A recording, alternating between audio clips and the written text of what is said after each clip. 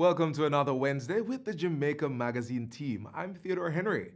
Now, you remember that line, "From Canefield to the sea, our hearts salute Jamaica, triumphant, proud and free"?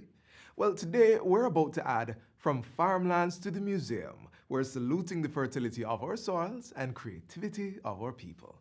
Indeed, proud and free. In today's Jamaica Magazine, we're plowing, sowing, reaping, and using from what government has provided and to what we do with the end product. So let's start all that right now.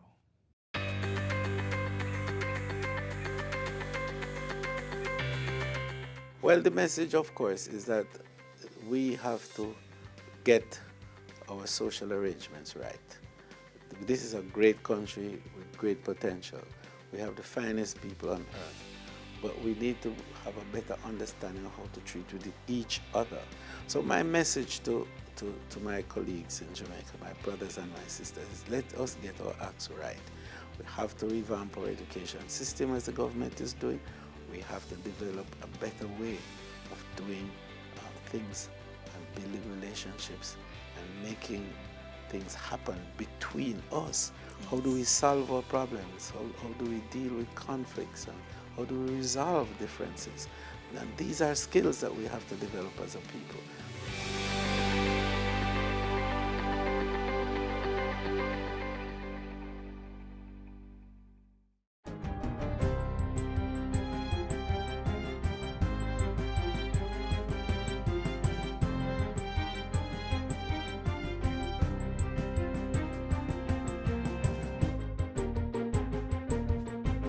Good day, I'm Stephen McHugh, and this is your JIS News for Wednesday, February 19.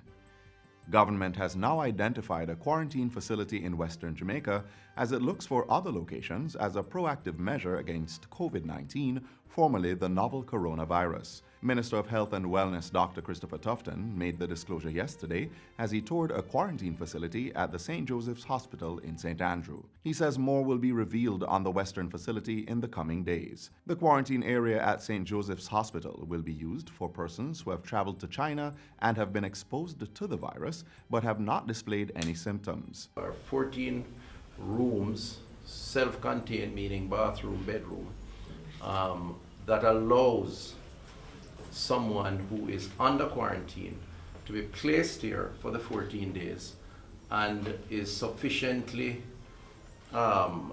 quarantined or by themselves. The hospital currently has no one under quarantine, but will remain open as needed.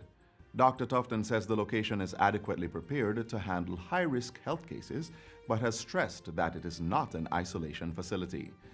And the distinction has to be made. The quarantine facility is really taking normal persons who are travelers with the travel history and the risk, who have displayed no signs, but because of the risk associated with traveling to the destination, we take them in a facility and hold them for a period. The minister has also reassured the residents of Vineyard Town and surrounding environs that they are at no health risk from the St. Joseph's Hospital being used as a quarantine center. Meanwhile, Jamaica is now able to test for COVID-19. The Health and Wellness Minister gave that update on Monday during a tour of the National Influenza Center at the University Hospital of the West Indies in St. Andrew. We are working as assiduously as we can with our international partners, with our internal stakeholders, our experts, to respond to this global threat and to do as best as we can to protect the population from this, as we would from any other. The development follows training of local laboratory staff by the Pan American Health Organization, PAHO, last week. Since last year, the center has already been re-evaluated by WHO as a collaborating center, and it's been passed all the proficiency testing, etc. So we have every confidence that the National Influenza Center is more than capable of detecting, and that is why we're able to do the training, and that's why it's been able to be rolled out so quickly. Scores of kits have been issued to the center, and 9 health professionals have been trained to boost the detection process. The tests will be carried out at the National Influenza Center in collaboration with the National Public Health Laboratory. Jamaica is among the first countries in the region to develop the capacity to test for the disease more commonly known as the novel coronavirus. But the Ministry of Health is reminding the public to still observe the standard infection prevention and control precautions as it relates to viral respiratory illnesses. These include frequent hand washing, covering one's mouth while coughing and sneezing with disposable tissues or clothing, and avoiding contact with persons who display flu-like symptoms. Still on health, 60% of the construction work on the Western Children's Adolescent Hospital in St. James is to be completed during the next financial year. The government has outlined $250 million in the estimates of expenditure towards the project for the 2020-2021 period. The 220-bed facility is being constructed under a joint Jamaica-China funded project. In November 2017, Health and Wellness Minister Dr. Christopher Tufton signed a Memorandum of Understanding with the United Nations Office for Project Services to help with the ministry's plans for the facility. The new hospital is being constructed on the compound of the Cornwall Regional Hospital in Montego Bay. It will be the first and only public hospital in the wider Caribbean region to provide dedicated adolescent health services. Government intends to set aside approximately $629 million for the Energy Management and Efficiency Program. The program seeks to promote energy efficiency in government facilities and fuel conservation in road transportation by reducing fuel imports. Details were outlined in the 2020-2021 estimates of expenditure now before the House of Representatives. Anticipated targets for the fiscal period include continuation of energy retrofitting of the Falmouth, Mandeville, Kingston Public and Victoria Jubilee hospitals. Energy retrofits will also begin at another 7 hospitals island-wide, and a lighting audit will be conducted for 50 public buildings. Other activities include the acquisition and installation of urban traffic management equipment and physical upgrade of the central control system for communication, CCTVs, and messaging boards in the Kingston metropolitan area. In addition, an update of the national energy policy and preparation of an integrated energy plan are to be done. An island-wide media campaign on energy awareness and conservation will also be conducted. The project is being implemented by the Ministry of Science, Energy and Technology with funding provided by the European Union, Inter-American Development Bank, and the Japan International Cooperation Agency. Residents of Westmoreland now have access to a $16 million upgraded examination depot. This after the Transport Authority partnered with the Island Traffic Authority to expand the reach of its services for testing and licensing of PPVs and commercial carriers in the parish. Transport Minister Robert Montego says the facility, which is located on Barracks Road in Savannah-Lamar, will boost service delivery to stakeholders in Western Jamaica. The $16 million spent was money well spent because the level of service that the facility is giving cannot be quantified. Minister Montego was speaking at the recent official opening ceremony of the Transport Authority's satellite office in Savannah-Lamar. And finally, to ensure the participation of the nation's schools and students, Jamaica Day will this year be celebrated on the 21st of February instead of the last Friday in the month. The annual celebration, which was proclaimed by the Governor-General back in 2011, is to be observed yearly on the last Friday of February. Chairman of the Jamaica Day Planning Committee, Marlon Williams, sought to clarify the reason for this year's switch in the date of observation, which he says is not a permanent decision. On the 28th, which would be the last Friday, schools will be on midterm. And because we want the students' full participation, then we have decided to have it 1 week earlier to facilitate our students. He was speaking recently on JIS TV's Get the Facts program. Jamaica Day was proclaimed in 2011, having started in 2002 by the Education Ministry as a day of celebration critical to the development of a strong spirit of patriotism and responsible citizenship. Jamaica Day 2020 National Celebration will be hosted at the Denby High School in Clarendon this Friday. It will be held under the theme Celebrating Jamaica, highlighting our icons in the arts, agriculture, and technological innovations. And that's it for JIS News Today. I'm Stephen McHugh. Thanks for watching.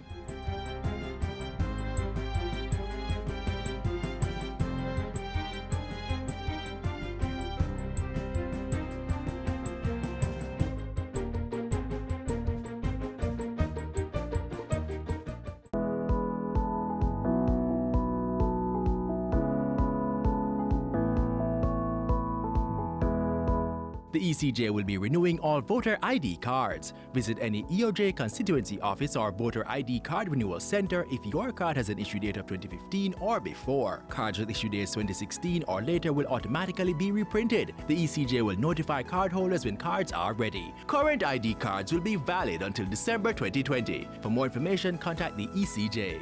Let's start with the plowing and the sowing. Government has provided the land and has even gone a step further in ensuring those lands are viable for production through the work of the Agro-Investment Corporation. Here's some more on that. To provide jobs for persons, it lets me feel like, I'm really contributing to the economy of the country. It's just a good feeling. And to produce the quality products, to compete with the international market, and to produce goods that actually look much better than imported goods is a good feeling for me.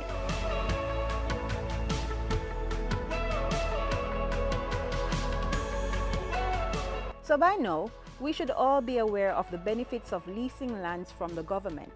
But once you've leased the land, how do you maximize returns? Well, knowing the soil type is important. For instance, did you know that over in the Ebony Park Spring Plain Agro Park, the soil type impacts the kinds of crops that can be planted there? Ebony Park Agro Park is about 1,100 acres, and likewise the Spring Plain, and that's roughly all the lands within there. There are areas of non-arable areas, but there are arable areas. Arable areas amount on the Ebony Park side to about 800 acres. There's a lot of different soil types, predominantly Bonegate, clay loam. Basically anything can grow here. Once it requires a pH of about 6.5 to about 7. There are pockets where the pH might fall to about 5.5, 5.8. So if there's a crop that needs to be having a lower pH, soil could be amended to facilitate that. But basically anything will grow. So let's revisit our checklist. We've applied and submitted all the necessary documentations, including proof of our capacity to invest in the land. We've learned about soil types and pH balances in the soil. What's next after you've been approved? They would assign you a plot number, or they'd give you a designated area to where you'd be assigned. I guess you'd view it to see maybe what you'd need to do. If it needs a bit of clearing, you might want to look at that, how you go about doing that. You'll be advised as to the best way to get that done. You might want to go to the NIC because our water is pressurized, and so the NIC supplies it. So a part of your contract would give you the ability to go to NIC with tenure of land, and then they would then come and put your meter on so that you get ready supply for water. We also offer tractor services to plow, harrow, farrow, and other activities that you might want, rotovate and so on, for your lands. So we'll be able to do that. Once you do that, we could tell you of maybe different cycles, crop cycles, where you might want to plant, best time for certain crop. You might be able to go out of these seasons, but at least we'll be able to tell you that this crop does well in a particular season. The risk might be higher in another season, but so might be the returns. So you could get advice as to that. So local advice will be there ready for you. Meet Henry Givens, a youth farmer who is a beneficiary of this initiative. He started out acquiring just 5 acres of land, and today he is up to 15. Givens plants various crops at different stages, including Scotch bonnet pepper, sweet potato, and Maruga red watermelons, as well as slicing and plummy tomatoes. Leasing land from the government, it is beneficial, and at the point where I would actually want to lease more if available. I am not employed otherwise, so it allows me to take care of my 2 babies, and it allows me to eat and survive. So it is something very beneficial, I would say. Life here at Ebony Park, it's twofold. It's good sometimes, and sometimes it's challenging.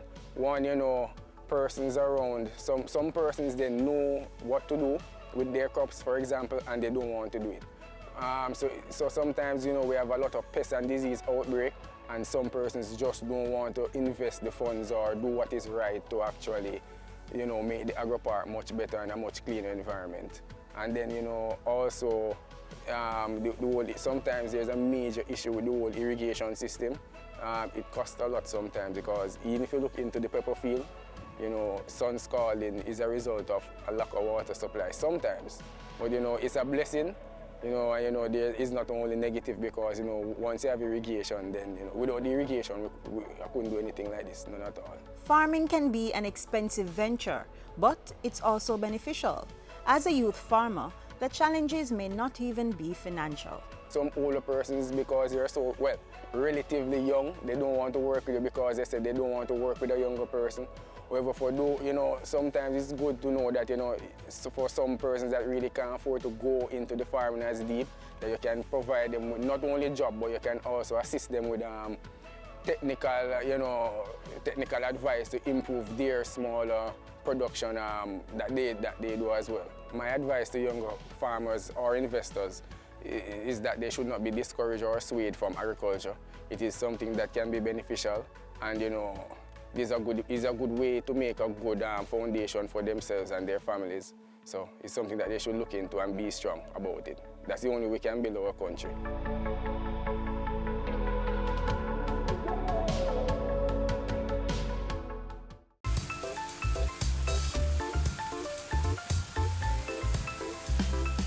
So now we're about to reap and use. And from all our planting, we've included some that have invaluable medicinal purposes. Quite a few of them are on display in our Natural History Museum. Find out more right now. Necessity is the mother of invention, and we had to find a way to survive. And so for the plants, the natural gift of the Creator, we could rely on it to guide us into what we needed to do. I didn't know about Fenzik and your pharmaceutical things. I know about bush. So if I had a headache, I knew as a child that I should use the leaves of 3 mackerel bush and a piece of cloth and tie it on my head, and the pain would go. The use of herbs as medicine. While this age-old practice has been overlooked by many, the Institute of Jamaica saw it fitting to mount an exhibition on medicinal plants of Jamaica and their uses, bringing to the present the medicinal habits used in the past. So at least 330 plants have been found growing in Jamaica, have been identified as having medicinal value. Of that 334, at least 193 have been assessed for their biochemical activities, and 23 of those are actually endemic plants. Not every plant, though in its natural form is good, is accessible to everybody. And knowing the information about the plant and wanting to get that into the hands of the people, some of our scientists have begun to study extensively some of these plants to see how they can be formulated in such a way so that they can be packaged and be accessible to the public. You just don't wake up and say, Eureka, I have found it. They would have learned from the people in the community what plants were used for what purpose. So you know all those things in your childhood because they were continually using the plants of nature to assist in what they were doing. Ever since I was a child, my mom always said me go break a piece of bush to make tea if the tea bag run out. But what was I getting out of it? I had no clue. And sometimes people say it worked, some other people say it didn't work. So that's why I really did the research to find out if these plants actually work. We started only making butterbrush, which is also known as Callistemon viminalis. And then we broadened and we focused on lemongrass. We focused on most of the herbs that are used by native Jamaicans to cure different ailments. In addition to the showcase, students from the Dunrobin, Chetola Park, and the Rollington Town primary schools were scientists for a day, as they participated in one of the institution's monthly and afternoon with a scientist sessions. Modeled around the Ministry of Education's academic calendar, the mandate of the program is to expose students to and encourage an appreciation for different disciplines of science through fun-filled scientific activities. I've been promoting entrepreneurship, especially in the medicinal plant industry. So One of the things I do is to give back. So I volunteer even at my children's school. We have an entrepreneurial club where I teach them to make different products from plants. I learned that they can use herbs to make soap. It was very exciting because I got to see what dangerous chemicals they use in it and how is it correct to go on the skin. First, we had to put some coconut oil in like a metal cup. Then we had to put shea butter in it and melt it. And then we put it in sodium hydroxide. And it was very, very, very hot. I spilled it a couple times, but it was okay, just a little clean up. And it began to get thick, so I was like, what should I do now? And she was like, just mix it, it's normal. And then we got to put what we want in there. I put charcoal in there, and then I made a swirl in the mold. It was a very good experience. I'm so happy our students were able to participate in the activity held here at the Institute, where they learn more about medicinal plants. I believe it's very important for them to know that the plants that are found right there in their backyards can be used for healing of ailments that they'll have, the common cold, whatever the ailment may be. This is what I would like to engage the people in. Go back to their communities and learn how people lived, a generation which came out of slavery, could neither read nor write, and yet they were able to contain themselves and to live. We want the students to have some respect for the heritage of this country because it is going to guide you to the future.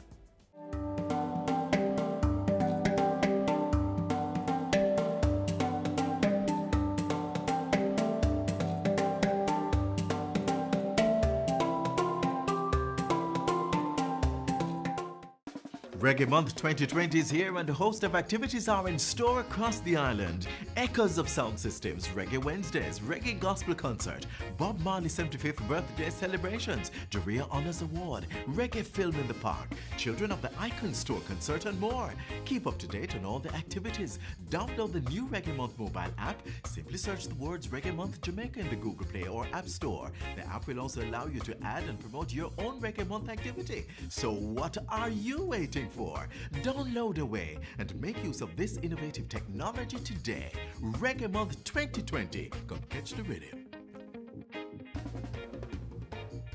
We're still using many of our plants to fulfill the daily needs of life. Take, for example, our national tree, the blue maho, which is used to make furniture, among other things. The blue maho belongs to a family called Malvaceae. It's the same family that includes ornamental shrubs like shoeblack. So the scientific name for the blue maho is Hibiscus elatus.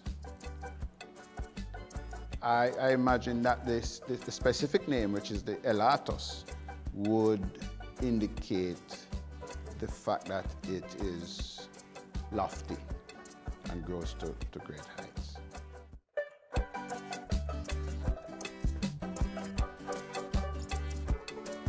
The blue maho, as everyone knows, is our national tree. Jamaica has well over hundreds of native trees. It's easy to understand that the combination of characteristics that makes the maho unique is probably what gave it the edge over all those other hundreds of trees. The native range of the blue maho is to the northeastern corner of Jamaica, which is Portland, sections of the Jonker Mountain. The blue maho blooms in the latter part of the calendar. The typical color is a kind of flaming reddish orange. It's more red than orange. The older the flower becomes, the redder it becomes. It bears a pod that splits in the drier part of the early section of the year, the first quarter of the year. And the forestry department propagates the species by collecting the pods. We process them by drying them in trays, and then we extract the seeds. The traditional uses is a fairly wide array. It's used for furnishings, for furniture, for turnery, so you can make articles out of it. The beauty of it is not much seen when you just cut it, but when the furniture is made and you look at it, you see various colors, and they go in streak and streak. And they're not looking so nice until when they varnish it. It's not stained or anything, just when they polish it off when it's finished. So they use it a lot now. It's strong. It reminds me of the lignum vitae, but the lignum vitae doesn't have those streaks in it like the blue maho. So it makes it very special. I think people confuse the name lignum vitae and the name blue maho with their roles as national symbols, the one being the national flower and the other being the national tree.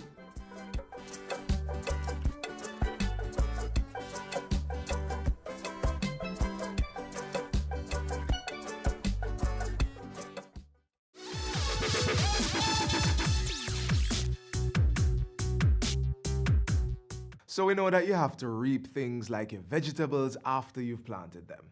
But we're encouraging you to always replant trees to help preserve our natural environment. And here's why trees are so important. Number one, they help combat climate change by absorbing carbon dioxide while releasing oxygen back into the air. Number two, trees clean the atmosphere. Now, they do that by absorbing pollutant gases such as nitrogen oxides, ammonia, and sulfur dioxide, and filter particulates out of the air by trapping them on their leaves and bark. Number three, trees save water. As the shade they provide slows water evaporation from our lawns, and as trees transpire, they increase atmospheric moisture. Number four, trees help create economic opportunities. Fruit and vegetables reaped can be sold to provide income. The job opportunities provided by the forestry industry are also endless, from arborists to loggers and researchers. Business opportunities may also arise in green waste and greenhouse management. And the fifth and final point, trees provide food. Aside from providing fruit, vegetables, and ground provisions for humans, trees are a source of food for birds and other wildlife animals. How about we grab some tools and get in line with the Prime Minister's initiative to plant 3 million timber and ornamental trees over the next 3 years? This is simply to support the National Reforestation Program to protect our environment and help make Jamaica the place of choice to live, work, raise families, and do business.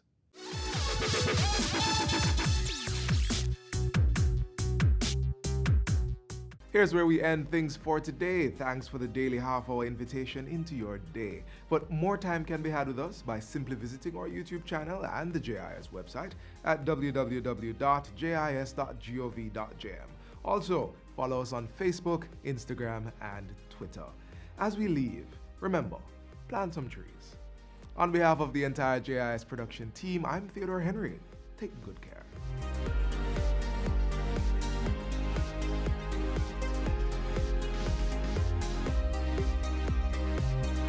This has been a production of the Jamaica Information Service, the voice of Jamaica.